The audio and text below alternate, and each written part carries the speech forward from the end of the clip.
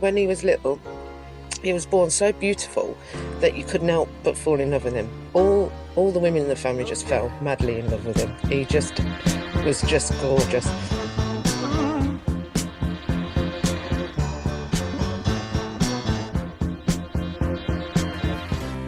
He just had a dry sense of humour, like a really dry sense of humour. And I suppose me and Rem always had the gig of being the louder one, so he just sat and waited for his turn. He was not the loudest in the room, but sometimes he could be the funniest. It's hard, isn't it? I think he saw the world differently to other people. I thought everybody was kind of, I don't know. And some of his stories will have you in stitches.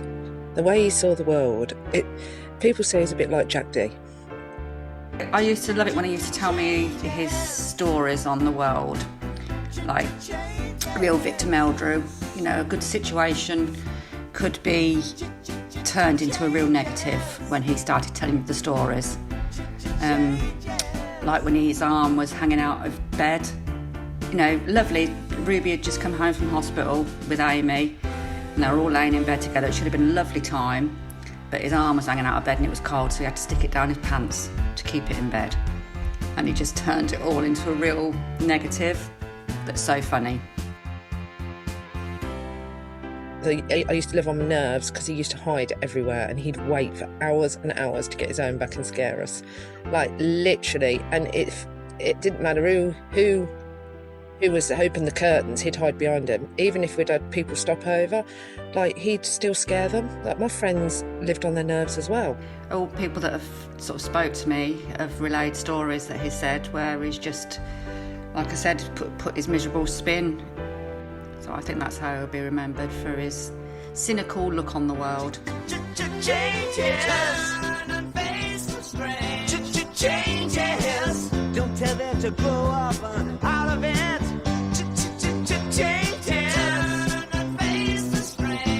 Changes. Where's the shame you've left us up to her accident? Time may change me. You can't twist time.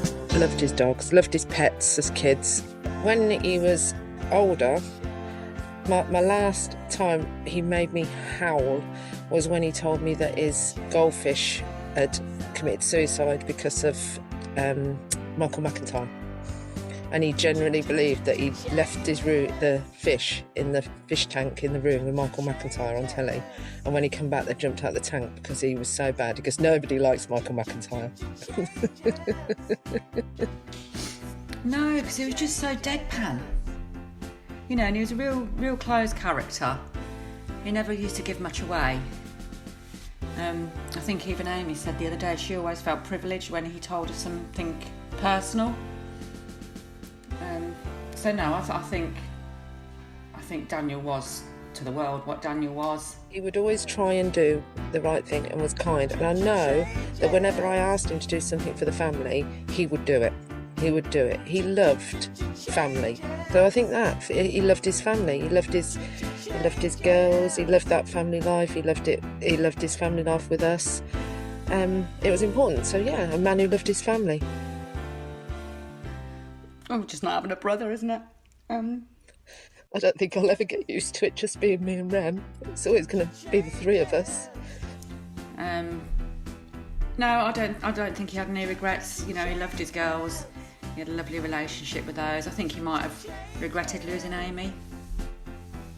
I was really proud that he tried so hard in that little flat to put himself together.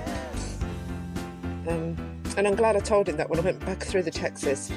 I had told him that. Dry? Not in the alcohol sense, obviously, because that was not true. In the sense of humour department.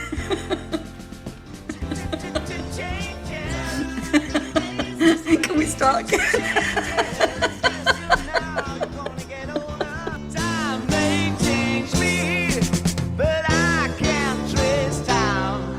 That time may change me.